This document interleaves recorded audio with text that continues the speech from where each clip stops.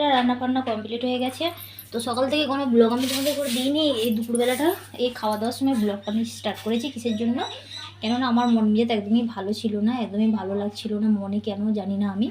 তো চলো, এই যে এখানে নিয়েছি ছাঁট, আর এখানে আছে টমেটোমের ঝাল, আর এখানে আছে মানে ছাট দিয়ে মুরগির ছাল দিয়ে আলু দিয়ে একটা চচ্চড়ি করেছিলাম। এই যে, আর এখানে ছাটের ঝাল করেছি।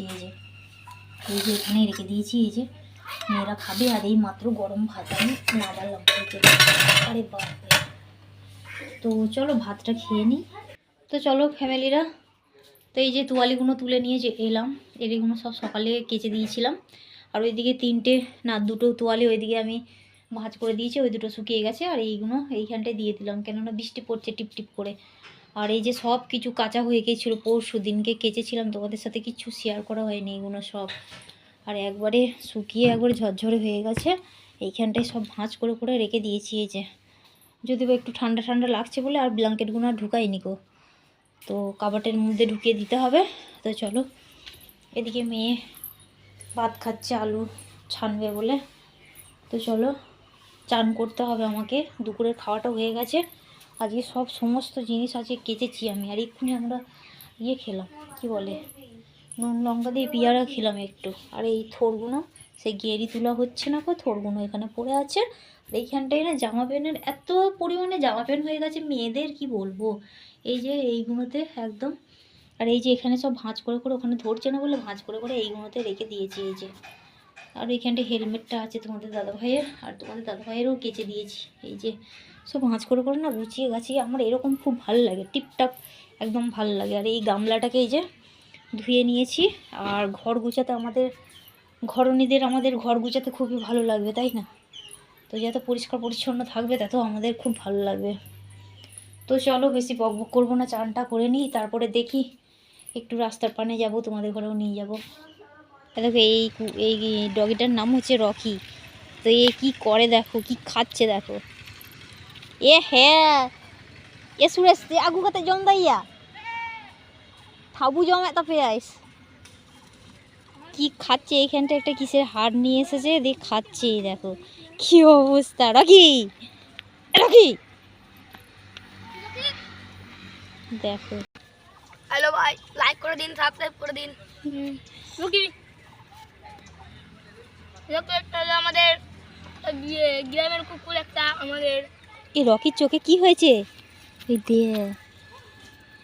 দে কে ঘুচা। এই তোদের রকির চোখে কি হয়েছে? চোখটা ইয়ে হয়ে গেছে একবারে। তো চলো, এখানে আমি দই নিচ্ছি। এই যে এ বাবা, ধর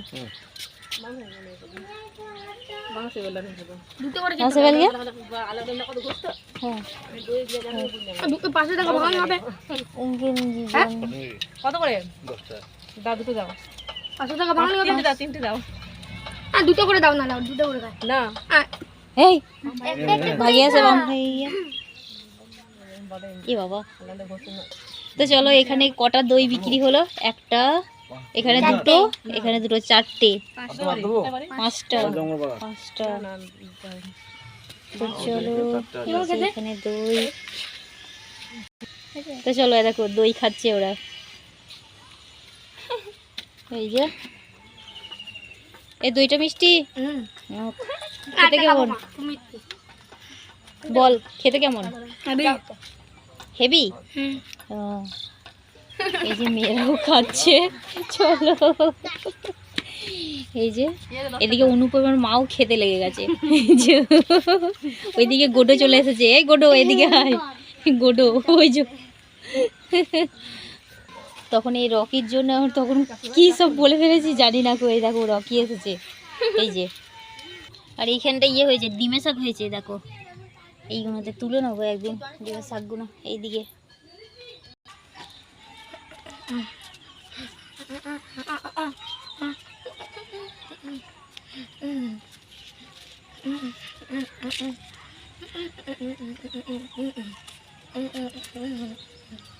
আমাকে মনে আছে তো ও আপন মনে নাচ করছে আর আমি তাই সেই তালে আমি ভিডিও করে নিয়েছি।